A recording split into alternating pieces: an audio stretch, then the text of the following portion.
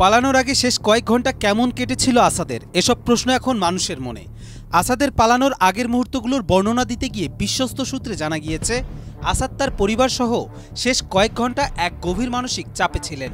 সেনা ও শাসন ক্ষমতা বিচ্ছিন্ন হতে শুরু করায় তিনি একাধিকবার বিভিন্ন নিরাপত্তা ও পরামর্শদাতাদের সঙ্গে যোগাযোগ করেন।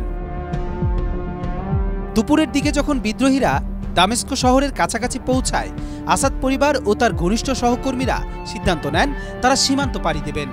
তবে পালানোর আগে আসাদ তার কিছু ঘনিষ্ঠ সহযোগীকে জানান তিনি শেষ পর্যন্ত লড়াই করবেন, কিন্তু তার এই সিদ্ধান্তে কি প্রতিক্রিয়া হতে পারে সে বিষয়ে সন্দেহ ছিল। সবশেষে এক রাতের মধ্যে আসাদ পরিবারের নিরাপত্তা ব্যবস্থা শেষ করে দেওয়া হয় এবং তারা পালানোর পথে রওনা হন।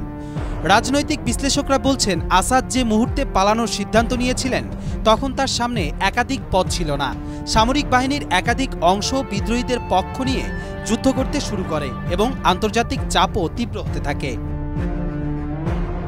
রয়টার্স জানিয়েছে, পালিয়ে যাওয়ার কয়েক ঘন্টা আগে নিজ কার্যালয়ের ম্যানেজারকে বলেছিলেন কাজ শেষে তিনি বাসায় ফিরবেন, কিন্তু তিনি পরে বিমানবন্দর চলে যান।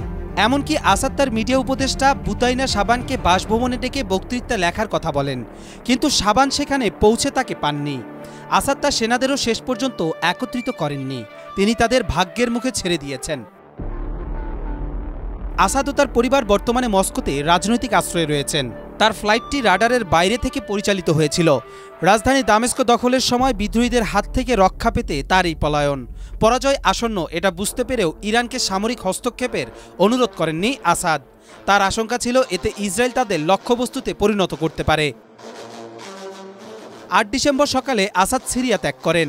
এর মধ্য দিয়ে যেমন তার ২ দশকের রাজত্ব শেষ হয়েছে, তেমনি আসাদের পরিবারের ৫০ বছরের বেশি সময় ধরে চলা রাজতন্ত্রেরও অবসান হয়।